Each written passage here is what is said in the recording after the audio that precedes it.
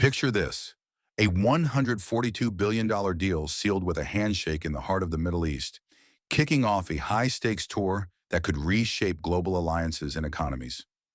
President Trump's back on the world stage, and his first stop? Saudi Arabia, where billions are being pledged, from weapons to artificial intelligence. But is this just about money, or is there a deeper game at play? Welcome to Focal Point, where we cut through the noise to bring you the stories that matter. Let's dive into what's really going on in Riyadh and why it could change the balance of power in the region. On the very first day of President Trump's Middle East tour, the United States and Saudi Arabia dropped a bombshell, a massive $142 billion arms deal. This isn't just a transaction, it's a statement. The agreement, signed between President Trump and Saudi Crown Prince Mohammed bin Salman, is part of a broader economic partnership that's raising eyebrows worldwide.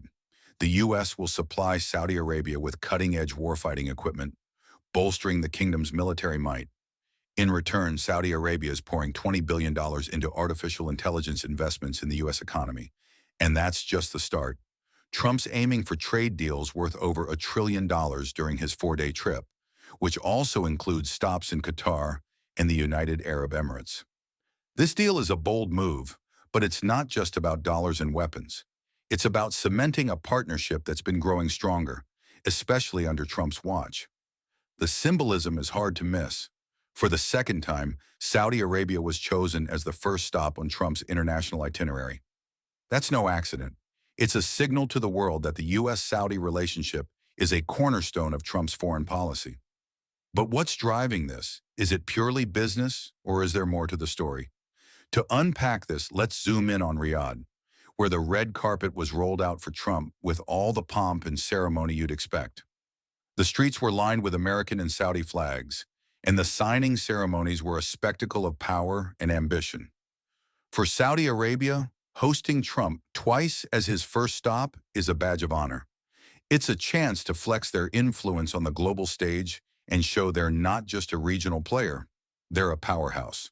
The relationship between Trump and Crown Prince Mohammed bin Salman, or MBS as he's often called, is a key piece of the puzzle. The two have a personal rapport that's been evident since Trump's first term. Unlike the early days of the Biden administration, where tensions ran high and Saudi Arabia was labeled a pariah state after the murder of journalist Jamal Khashoggi, Trump's approach is all about partnership.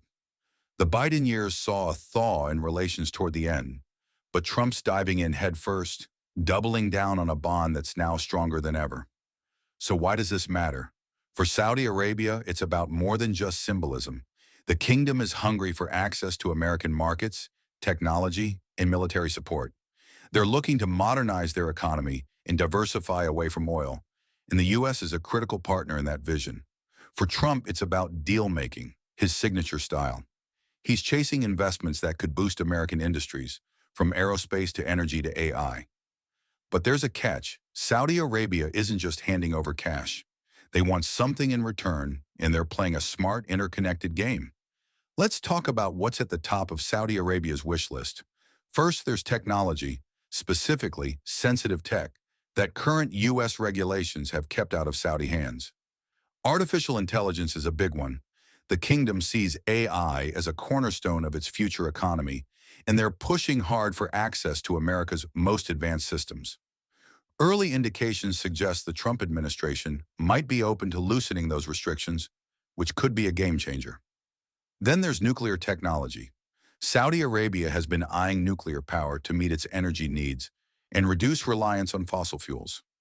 Negotiations are ongoing, and while nothing was signed during this visit, insiders say a deal could be inked by the end of the year. This would mark a significant shift, given the sensitivities around nuclear tech in the region. Military support is another priority. The Saudi military is looking to replenish its stocks after a pause in arms sales during the early Biden years. The $142 billion deal includes state-of-the-art weaponry, and Trump's team has been vocal about their support for keeping Saudi Arabia well-armed. This is especially crucial for the kingdom as it navigates a volatile region, from conflicts in Yemen to tensions with Iran.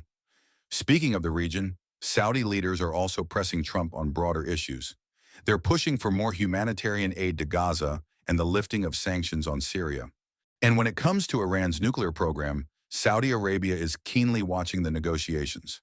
Unlike the Obama era, where the Iran nuclear deal caught Gulf states off guard, Trump's team is keeping Saudi Arabia in the loop. Interestingly, Iran is also briefing the Saudis, creating a rare moment of transparency in a region often shrouded in secrecy. Now here's the million-dollar question, or should we say trillion-dollar question. Is this all about money? Crown Prince Mohammed bin Salman has pledged up to $600 billion in investments in the U.S. economy, and Trump's team is now floating figures as high as $1 trillion.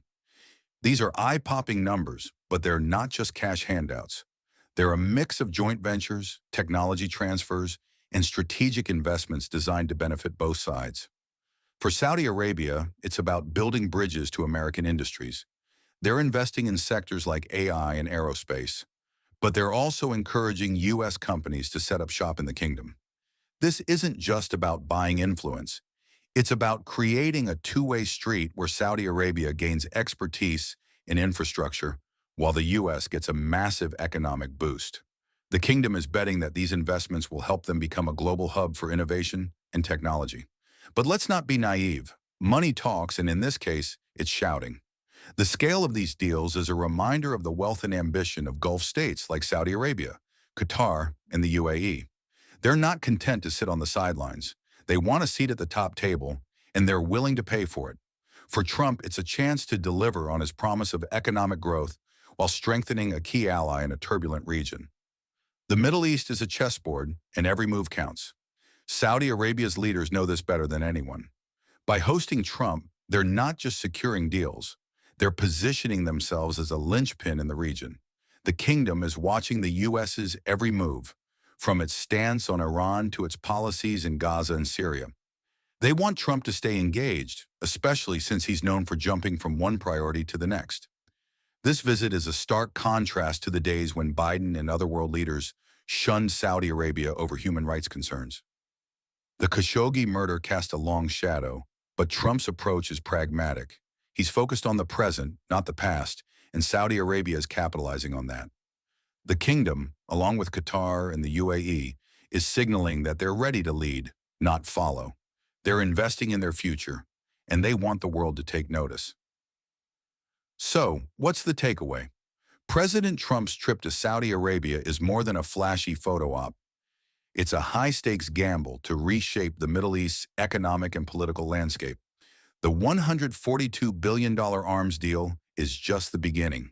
With billions more on the table and a partnership that's stronger than ever, the U.S. and Saudi Arabia are sending a message. They're in this together, and they're playing to win.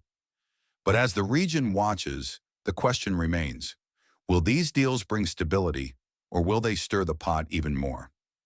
Let us know what you think in the comments below, and don't forget to like, subscribe, and hit that notification bell for more stories that matter. This is Focal Point, signing off.